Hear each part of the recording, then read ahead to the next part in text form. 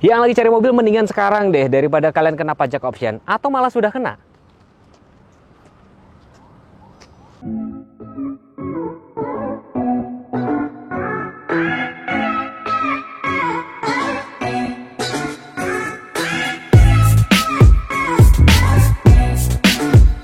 Seperti yang gue mention sebelumnya, jujur sebenarnya gue dapat info mengenai pajak option tuh dari Pak Vendri ya. Pak Vendri, thank you, kemarin masukannya disuruh bahas pajak option. Jadi pahak apa ejanya? Option atau option kalau nggak salah. Jadi ada beberapa untuk KTP tertentu, misalkan non Jakarta itu bakal kena pajak option. Kurang lebih gambarnya adalah jika proses STNK-nya tuh di bulan Januari kalau nggak salah, atau di bulan Desember itu ada maksimumnya. Saya nggak tahu video ini nanti bakalan udah tayang setelah pajak option berlaku atau kayak gimana. Nanti kalian tektokan sama marketingnya aja. Jadi ada beberapa yang kena belasan, puluhan, bahkan ada yang kena ratusan juta untuk pajak option. Waduh. Jadi mendingan kalian buruan kalau nonton video ini tektokan sama marketing mungkin ini nanti sama Mbak Putri aja, tanya Mbak udah kena pajak option apa enggak dan segala macam gitu loh, buat kalian yang lagi cari mobil MPV. Dan gue bakal kasih alasan kenapa mobil ini lebih worth it jika dibandingin sama mungkin sama Avanza, mungkin sama Xenia. Kenapa ya, gue bakal jelasin di video ini lebih lanjut.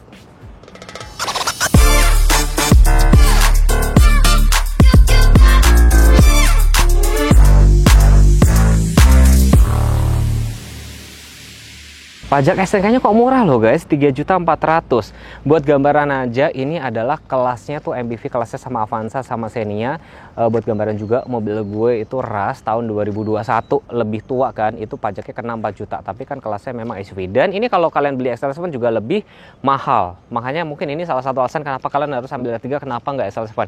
Tentunya pajaknya lebih murah ya. Dan ini lebih clean look. Sedangkan kalau XL7 tuh lebih banyak kayak side cladding, terus underguard gitu-gitu kan, grill dan segala macam, itu kan kesannya jadi kayak lebih rame gitu loh. Nggak semua orang suka kayak itu, orang lebih suka clean. Palingan yang kenapa gitu ya, lampunya kenapa masih halogen biasa, sudah tahun 2024 loh. Mungkin biar ada berbeda antara XL7 sama si R3 kali ya. Tapi beberapa teman gue yang pakai XL7 juga akhirnya lampunya diganti juga sih, karena tetap masih kurang terang. Lalu dari tamak depan kayak gini, ini grillnya tuh ala-ala chrome kayak gini. Jadi kalau dari tamak depan tuh beda banget sama XL7 ya. Lampu masih halogen biasa ya. Belum ada kamera 360 kayak gitu, karena benar-benar Suzuki tuh hanya memberikan fitur yang esensial aja, yang penting-penting gitu loh. Antena masih short pole juga gitu loh. Ayo dong Suzuki, mungkin segera dikasih facelift biar makin yahut, karena mobilnya menurut gue enak banget. Dan kalau kalian tahu ya, itu dipakai kemanapun juga lebih kedap, bahkan AC-nya juga sebenarnya cukup lengkap. Ya kalau kita ngomongin mesin sebenarnya guys, mesin yang sama tuh dipakai sama XL7, sama Baleno, bahkan Jimny 1500 cc K15B dengan tenaga sekitar 104,7, torsinya sekitar 138 Nm. Sudah dapat peredam mesin juga. Ini tentunya lebih lengkap ya, kan harganya sekitar ini 288 ya. Itu kalau misalkan dibandingin sama XL7 tuh dapatnya yang manual, tapi yang tipe beta. Looksnya kayak gini, RT-nya segini. Ini ground clearance memang lebih rendah ya, tapi otomatis kan lebih nyaman untuk dipakai di perkotaan. Nah kalau XL7 tuh lebih ke segala medan atau mungkin di pedesaan yang jalannya masih banyak kayak rusak-rusak. Dan ini yang sudah hybrid ya. Nah kalau hybrid salah satu minusnya memang baterainya itu lebih mahal, tapi itu akselerasinya cukup lumayan responsif pada saat dipakai berkendara. Ya bagi teman-teman yang nanya kok mobil hybrid nggak ada kabel orange sih, karena ini mild hybrid gitu loh guys. Jadi itu cuma buat ngebantu pada saat akselerasi, sama ada fitur idling stopnya gitu loh. Nah ini panjangnya 4395, wheelbase-nya tetap sama 2740. Nah velgnya itu beda nih ya kan, jadi kembangnya itu beda sama si XL7. Profil bannya 185 65, ringnya itu 15, depan cakram, remnya sudah ABS ABD, belakang masih tromol biasa. Lihat ya, ini lebih clean look kayak gini kan. Cuman mohon maaf banget, ini tadi soalnya hujan deras ya guys. Hujan deras, ya udah jadi kotor lagi deh. Ini sudah dapat mudguard di depan, belakang juga ada di bagian sebelah situ. Ada emblem VVT, ada lampu sen di spion, talang air sudah ada. Dia ada fungsi menarik yang pada saat dikunci, kayak ini kan kunci ya guys, ini kunci kan lipat ya. Pada saat dipencet itu yang kebuka hanya sebelah sini aja, jadi itu untuk alasan safety. Tapi kalau misalkan kalian mau buka semuanya gimana mas Teguh, ini kan kunci ya, 1, 2, dia baru kebuka semua. Menurut gue ini salah satu kelebihan mobil ini jika dibandingin sama si Xpander maupun Avanza maupun Xenia. Jadi lebih safety, Ada tangki BBM letaknya sebelah kiri, bisa muat 45 liter, dan dia tetap cakep sih karena kacanya dibikin full sampai belakang kayak gini. Tuh, ini juga dibikin dop-dop seperti ini. Dan kalau teman-teman perhatiin, buka tutup pintunya juga itu lebih mantep sih. Itu yang bikin dia lebih kedap. Lebarnya 1735, tingginya sekitar 1690, tentunya lebih pendek sedikit dibanding SL7 karena ini ground clearance-nya dibikin lebih rendah. Spoilernya jujur saya nggak suka, mungkin selera tapi saya nggak suka sih. Jadi mungkin kalau kalian nggak suka mungkin kalian bisa ganti. Kalau nggak mungkin, makanya ada beberapa orang ambil SL7 Zeta kenapa lebih polos, mungkin dia bisa lebih lebih bebas di upgrade. Ada headlamp stop lamp, defogger ada, lampunya sekilas serupa banget sama SL7 ya. Bener kan? Terus di sini ada emblem R3 hybrid pakai sensor di sini tuh beda kan? Ini sewarna body pakai sensor, ban serepnya intip sebentar saya lupa. Kalau SL7 sudah sama persis dengan tempat ban lainnya. Oh ini masih kaleng. Ini masih kaleng guys. Dan pada saat dibuka teman-teman lihat baris ketiga ini tuh joknya tuh bisa dilipat rata kayak gitu loh. Nih. Ini salah satu pionir yang bisa bikin joknya lipat rata seperti ini, dan di sini ada tempat penyimpanan tertutup. Mungkin misalkan kalian itu menyimpan sepatu, bahkan nyimpan laptop kalau urgent ya. Tapi tolong jangan simpan barang berharga kalian di mobil karena khawatir nanti bisa dicuri ya. Zaman now kan maling semakin canggih ya.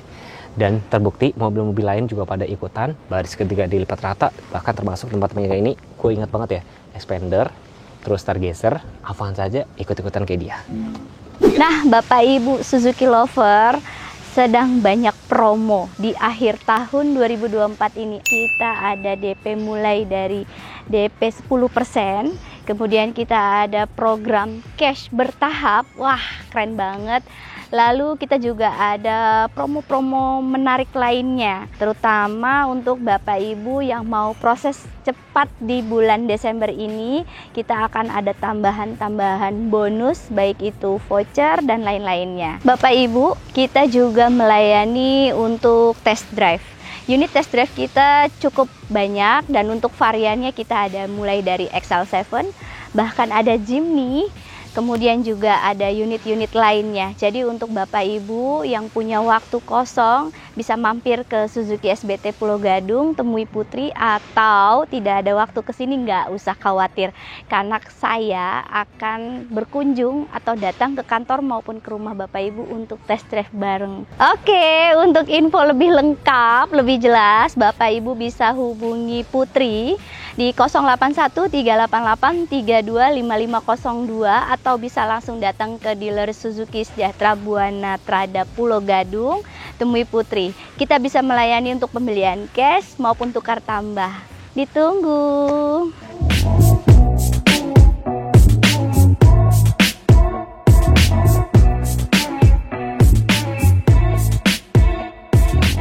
Nah, yang saya suka dulu ya. Dia itu sudah terlihatnya cukup elegan. Jadi ada wooden panel, ya kan. AC-nya tuh saya cerita ya. Semburannya cukup lengkap teman-teman ya. Defogger belakang ada, defogger depan juga ada. Itu penting banget. Jadi buat kalian yang suka perjalanan luar kota, itu kan kalau hujan deras ini kan sering berembun. Yang sering problem tuh sebenarnya kaca depan berembun. Jadi kalau ada front defogger nanti ini akan blower dinginnya udara dinginnya akan mantul ke sini sehingga nanti embunnya tuh akan hilang. Itu menurut gue lebih berguna dibandingin sama defogger belakang, karena mobilku aja tuh nggak ada defogger depan tuh kayak kesiksa banget. Jadi kayak gue harus matiin AC dan segala macam tuh repot banget. Ini cukup lengkap. Bahkan kalian juga bisa atur semburannya tuh atas bawah doang, bawah sekaligus defogger depan. Menarik. Ras gue nggak punya guys. Terus ini power outlet, USB, tempat kabelnya ada blower AC jadi tetap dingin. Matic-nya tuh PRND 2L. Memang dia nggak ada drive mode, tapi dia ada overdrive kayak gini dia. Untuk kalau kalian mau nyalip-nyalip, rem tangan memang masih tarik manual. Cuma di sini memang agak polos sih, belum ada konsol. Di sini diganti dengan power outlet. Tapi yang menarik adalah kalian yang suka perjalanan luar kota, dia sudah ada cruise control. Jadi ini menurut gua deal breaker banget sih. Jadi yang bikin orang mau beli, ya udah deh nggak apa-apa, beli R3 aja karena dia sudah ada cruise control. Ini stereo udah kulit, ini wooden panel, ini dibikin di shape. Cuman sayangnya di sini hanya tilt doang, kayak tanggung banget gitu loh. Dan sayangnya semua Suzuki kayaknya nggak ada untuk speed auto lock. Teman-teman boleh cerita dong, boleh sharing yang sudah pakai XL7 maupun R3, ada nggak yang pasang tambahan modul untuk speed auto lock? Karena dari kemarin saya nanya kayak belum ada yang jawab sih. Ruang kabin juga cukup lega gitu loh. Dan di sebelah sini Sun visor-nya yang ada kaca cuma sebelah kiri sini doang. Spion dalam pelit banget ya, nggak dikasih DN LED, cuman polos kayak gini doang. Lampu interior juga masih halogen biasa. Airbag cuma ada 2. Tapi kalau untuk safety, rem ABS, ABD dia sudah ada semua. Yang gue suka, dia sudah dilengkapi dengan nih tuh, Carbide Link. Jadi tampilan handphone kalian nanti akan muncul di sebelah sini. Dan kalau misalnya kalian mau gedein tuh tampilannya sama persis kayak gini. Dia beneran nggak pakai kabel. Belum ada Android Auto, cuman dia nggak bisa dikontrol sini karena dia sifatnya mirroring, jadi harus dikontrol dari sini. Tapi oke lah ya, tinggal PR ada kalian tinggal beli yang ini, holder handphone di sebelah sini aja sih gitu. Itu menurut gue udah cukup oke. Tampilannya seperti ini, sama persis dengan si XL7 yang Zeta maupun Beta. Tampilannya sama persis kayak gini sih. Ya, untuk baris kedua, untuk masuk ketiga itu memang agak unik guys. Jadi dia bentuknya geser kayak gini. Tapi kalau saya pelajarin tuh ada beberapa mobil tuh yang niru dia. Contohnya adalah Innova Zenix ya kan. Tapi buat duduk cukup lebih nyaman, berasa lebih tebal. Dan di sini juga ada tempat armrest. Headrestnya sayangnya cuma ada 2 doang. Tapi nggak perlu khawatir kepanasan karena mobil ini ada AC double blower, ada hand grip kiri dan kanan. Tapi nanti kalau pembelian tuh belum dapat jok kayak gini. Tapi jujur aja kalau mobil kalian di jok ini memang lebih rentan menjaga dari kotor, tapi jatuhnya looksnya tuh nggak elegan. Lebih baik kalian biarin aja joknya fabric kayak gitu. Mungkin kalau kalian mau upgrade ganti jok kulit sekalian tuh biar lebih oke. Nah, dengan wheelbase sekitar 2,7 menurut gue cukup lapang banget, bukaan pintu cukup lebar, termasuk baris ketiga juga. Oke, kita jalan cobain unit test drive-nya nih guys, teman-teman ya. Ini mobilnya kilometernya udah cukup banyak, berapa? 32.000. Iya 32.000 ya, karena mobil ini udah umurnya 2 tahun, udah cukup bisa ada gambaran kayak mobilku lah ya, udah 2 tahunan. Mobilku udah 3 tahun guys. Nah, ini coba kita cek sebentar. Ini di jalan konbloknya. Akselerasinya berasa kok, kebantu dengan si motor hybridnya meskipun itu kecil. Nah ini lagi nggak kepake. Cuman kalau pas lagi kickdown, itu dari situ indikator meter cluster tuh ada garis tuh. Jadi bantu ikut muter gitu aja. Sama nih kalau kayak gini nih yang jalan pakai mesin bensin aja gitu. Gue bilang sih cukup kedap, dan sekaligus kita pas sambil jalan gini tes speaker juga guys. Kabinnya kita buka dulu. Suara di luar. Oke, dengerin.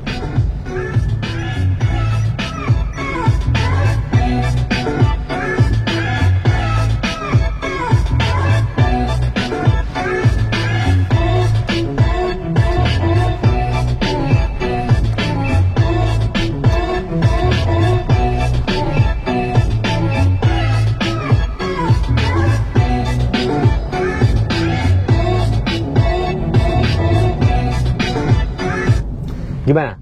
Hampir nggak kedengeran kan pada saat saya tadi ngegas. Jadi memang menurut gue cukup kedap. Nggak seberisik tentunya mungkin sama kayak XL7-nya atau si Rusk-nya gitu kan. Beda kan. Ini lebih tuh.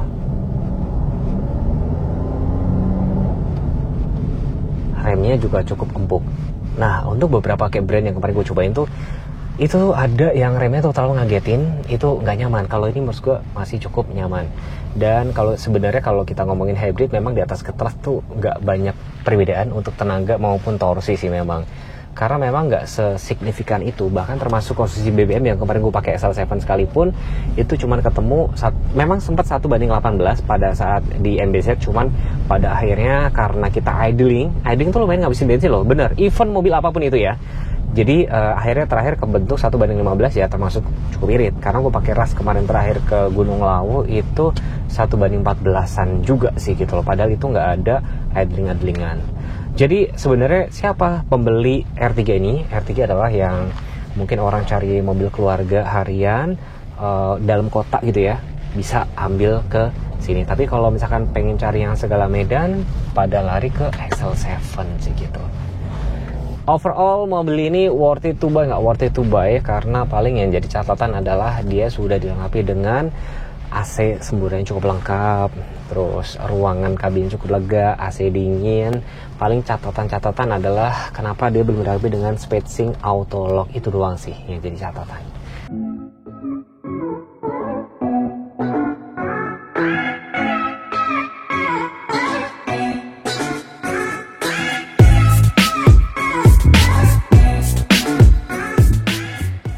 Mbak Putri, Yes. mau nanya nih, sebenarnya siapa sih yang beli XL7, siapa yang beli R3, dan siapa yang suka dengan R3 GX ini?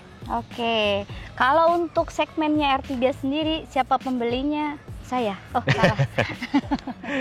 Jadi segmennya kalau untuk R3 sendiri lebih ke keluarga yang minimalis ya.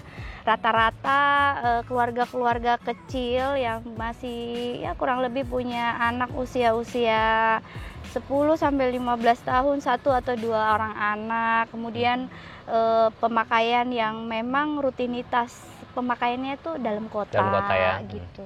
Kalau XL7 mungkin yang suka rada off-road dikit, sepakat. ya kan, yang suka berpetualang mungkin bisa lari ke XL7 ya. Betul. Jadi teman-teman, ini ground clearance-nya juga lebih rendah, otomatis lebih stabil tentunya ya. Tapi kalau misalnya kalian suka berpetualang, bisa geser ke XL7. Kan harganya juga relatif lebih mahal sedikit lah ya, cukup. sedikit aja gitu. Ya, sensasi cuma satu ya. Kalau misalnya cari mobil itu harus apa nih, Mbak? Harus test drive dulu dan jangan lupa test drive-nya sama Putri. Datang ke SBT Pulau Gadung, cari marketing Putri. Iya, nomor handphone Mbak Putri nanti saya taruh di layar. Dan teman-teman kalau belum nonton review kita kemarin sempat test drive ke Purwakarta sama Mbak Putri juga, itu seru banget ya. Sempat ketemu 1:18, itu kita sudah ngebuktiin mobil ini ternyata cukup nyaman karena kita lewatin jalan tol MBZ yang terkenal ajrut-ajrutan gitu loh ya. Keren. Next, pengen dibuatin video apa? Tinggal komen aja. Jangan lupa subscribe, jangan lupa follow Instagram saya atau Instagram Mbak Putri. Nanti tinggal kepoin ya harga dan segala macam. Dan hati-hati dengan pajak option ya. Oh iya, itu yang harus kami ingatkan. Nanti kalau tektokan nanti sama Mbak Putri, Mbak saya kena apa enggak dan segala macam nanti sama Mbak Putri aja ya. Betul. Terima kasih sudah menonton. Wassalamualaikum warahmatullahi wabarakatuh. Bye bye.